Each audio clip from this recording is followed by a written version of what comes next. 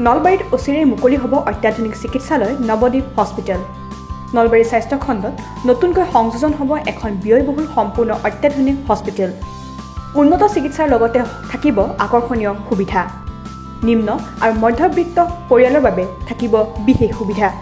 নলবাৰী স্বাস্থ্য খণ্ডত নতুনকৈ সংযোজন হ'বলৈ গৈ আছে নৱদ্বীপ হস্পিটেল নামৰ এখন অত্যাধুনিক চিকিৎসালয়।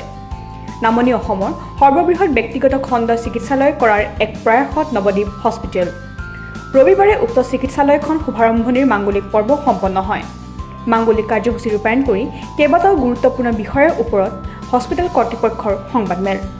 উক্ত সংবাদমেলত উন্নত চিকিৎসা, বিশেষ সা সুবিধা আৰু ৰোগীৰ আত্মীয় উপকৃত হ'ব পৰা বিভিন্ন বিষয়ৰ ওপৰত মন্তব্য আগবঢ়ায়। প্ৰথমতে আপোনালোকক ৰঙালী বিহুৰ শুভেচ্ছা জ্ঞাপন কৰিলোঁ। সকলোৱে ভালে ভালে থাকক, মিলা প্ৰীতিৰে থাকক। আপোনালোকক জনাবলৈ পাই আজি সুখী হৈছোঁ যে নলবাৰীত এখন অত্যাধুনিক ছুপাৰ মাল্টি স্পেচিয়েলিটি হস্পিটেল অতি সোনকালে সেৱা আগবঢ়াব, ৰাইজক সেৱা আগবঢ়াৰ কাৰণে ৰেডি হৈছে। মই প্ৰথমতে আমাৰ যিকেইজন সঞ্চালক আছে মই আপোনালোকক চিনাকি কৰাই দিব বিচাৰিছোঁ। ডাক্তৰ প্ৰণৱ মল্ল বৰুৱা, তেখেত ইয়াৰ পৰিচালন সঞ্চালক, মেনেজিং ডাইৰেক্টৰ। মই নিজে ইয়াৰে চেয়াৰমেন, অধ্যক্ষ। আমাৰ বিশিষ্ট চিকিৎসক নলবাৰীৰ সকলোৱে চিনি পায় সোমেন শৰ্মা, এখেত এজন সঞ্চালক ইয়াৰে। আমাৰ শুক্লামণি গগৈ, তেখেত সঞ্চালিকা। অৰুণ বৰ্মনৰ তেখেত পত্নী। মিনু লহকৰ, তেখেত সঞ্চালিকা, তেখেত ডক্টৰ কামেশ্বৰ লহকৰৰ পত্নী। ডক্টৰ ভুৱনেশ্বৰ দত্ত সঞ্চালক, সকলোৱে চিনি পায়, অসমৰ এজন বিশিষ্ট চিকিৎসক মেডিচিন বিভাগৰ। ডক্টৰ প্ৰবোধ শৰ্মা, তেখেত সঞ্চালক হয়, ৰেডিঅ'লজিষ্ট। চন্দন বৰ্মন, তেওঁ চাৰ্জন, তেওঁ সঞ্চালক, আৰু সম্পৱ বৰ্মন। বাকী দুজন এবচেণ্ট আছে। তেখেত শিলচৰত থাকে কাৰণে আহিব পৰা নাই। তেখেত হাৰ্টৰ হয়, প্ৰভাস শৰ্মা। আৰু বিৰাজ কলিতাৰ ল'ৰা ডাক্তৰ কুলদীপ কলিতা, তেখেত চন্দ্ৰ কলিতাৰ ল'ৰা হয়, বিৰাজ কলিতা।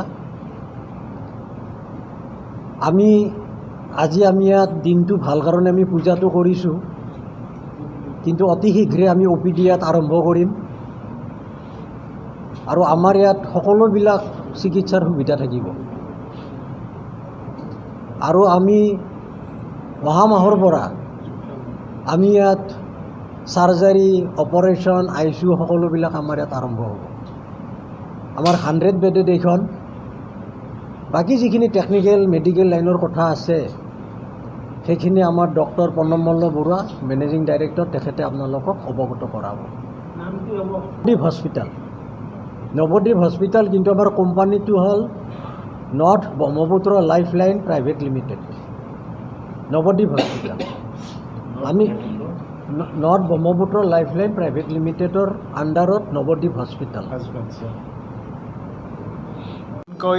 নৱদ্বীপ হস্পিটেল ইয়াত আৰম্ভ কৰিব খুজিছোঁ আপোনালোকৰ আশীৰ্বাদ লৈ। ইয়াত আমি আপোনালোকে প্ৰায় চিনাকি ডক্টৰখিনিকে লগ পাব। আমি 10-12জন ডক্টৰ ইয়াত আছোঁ। আমি এটা মনত বহুত দিনীয়া প্লেন আছিলে যে আমি কিবা এটা কৰিব পাৰোঁ নেকি, মানে হেল্থ ছেক্টৰত, যিহেতু আমি গোটেইখিনিয়ে ডক্টৰ বহুত দিনৰ পৰা আমি ইয়াতে আপোনালোকৰ মাজতে ডাঙৰ দীঘল হৈছোঁ বা আপোনালোকৰ লগত বহুত দিনৰ চিকিৎসা সম্পৰ্কীয় ৰিলেটেড হৈ আছোঁ।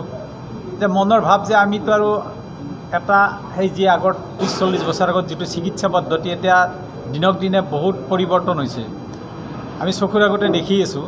গতিকে আমি সেই পৰ্যায়ৰ যোৱাৰ কাৰণে এটা প্ৰচেষ্টা কৰিছোঁ, যাতে আমি এটা নলবাৰীৰ ৰাইজক এটা নতুনত্ব দি এটা ভাল এডভান্স চিকিৎসা এটা দিব পাৰোঁ, তাৰ এটা প্ৰয়াস কৰিছোঁ।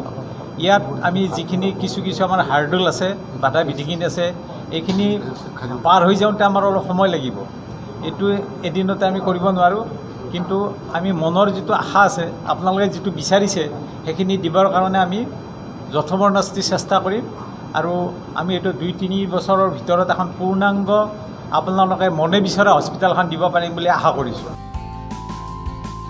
নলবাৰীৰ পৰা বঞ্জিত দাসৰ ৰিপৰ্ট, K News 7।